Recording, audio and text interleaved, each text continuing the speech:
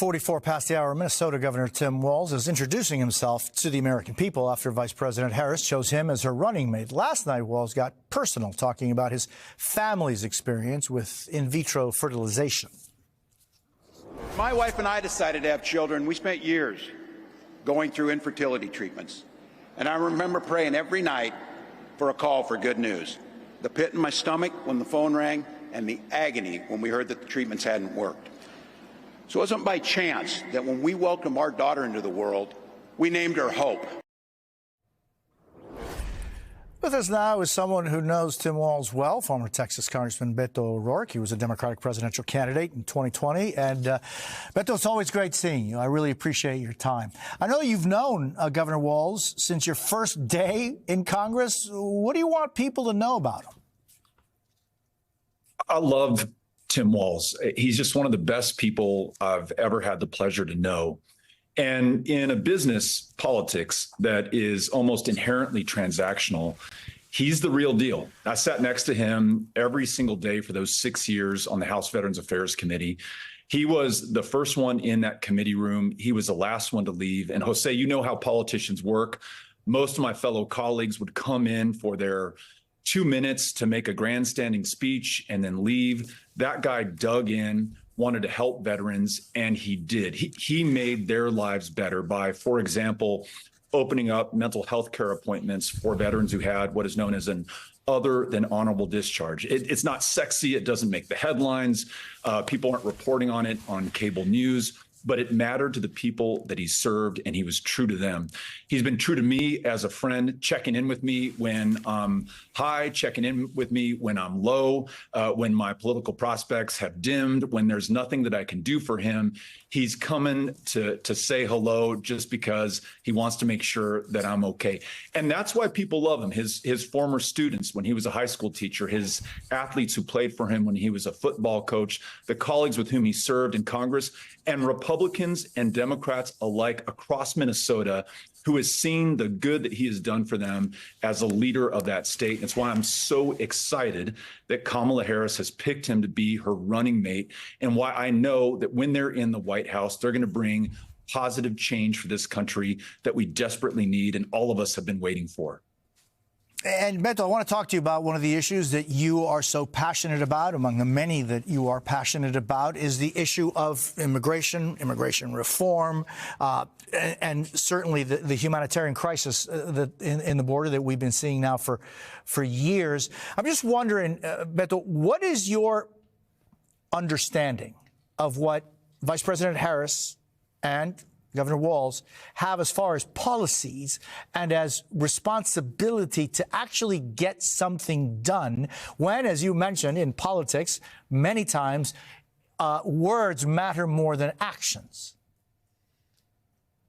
Kamala Harris and Tim Walz are real leaders. And what I mean by that, Jose, is they understand that the buck stops with them. They're not going to pass it on to the next administration or to a future generation, as so many of the previous occupants of the White House have unfortunately done.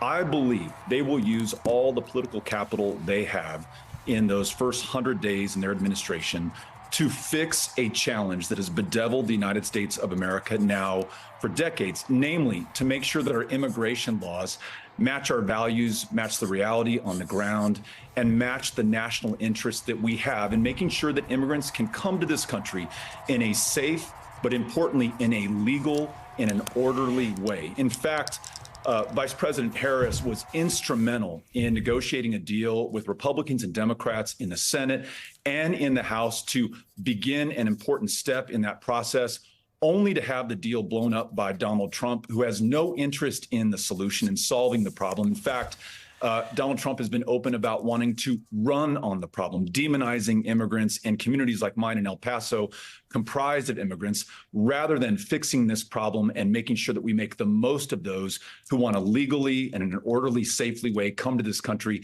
and make us better by their very presence. You know, Beto, I was just thinking of the different times that I've had a chance to be with you. You know, the primaries, the last time around where you spoke in Spanish, we were televising those primaries, both at NBC and in Telemundo. And then I'm thinking back just to 2019, the 3rd of August, we're just 6 days away from another reminder of the massacre that occurred in your hometown at that Walmart. There is so much hate that seems to be winning in so many ways. You're absolutely right. You know, preceding that god-awful attack in El Paso, in the immediate aftermath of which I saw you here reporting on the ground, talking to families who had lost loved ones. And forever we will be grateful for the spotlight that you shone on those who are suffering so that we don't repeat these kinds of attacks. But preceding that, Donald Trump was on a stage in Florida and was talking about this invasion of immigrants that were coming to get us, these people he'd referred to as animals and an infestation. He says, folks, what are we going to do about them? And someone in the crowd said, shoot them. And Donald Trump smiled, the crowd laughed, and he moved on. You know, the signals that he sent were picked up by people across this country, including a gunman who drove 600 miles to come to that Walmart 5 years ago, August 3rd, and opened fire, taking the lives of 23 people. You could not have a more profound contrast in Kamala Harris and Tim Walz, who actually want to fix the problem at our border, who want to rewrite our immigration laws, bringing Democrats and Republicans alike together to get that done, and who do not refer to their fellow human beings in dehumanizing terms, do not incite the kind of violence and chaos that we saw throughout the Trump administration and in the wake of January 6th. These are two extraordinary leaders who are going to bring this country together to do great things, including making sure that we finally fix our challenges when it comes to the border and immigration. Yeah, I think so much, Beto, about those people that I got a chance to, the privilege of meeting and listening to. And I think of the mother who took her mom to that Walmart and was having breakfast at the McDonald's there when she shielded her mother. I think of the gentleman that was in the hospital who lost what was like a son to him. The shooter actually shot the young child and then looked at the father figure and shot him in the foot, kind of like with a message there. Those people remain in our hearts and in our prayers. And Beto, I thank you for being with me this morning.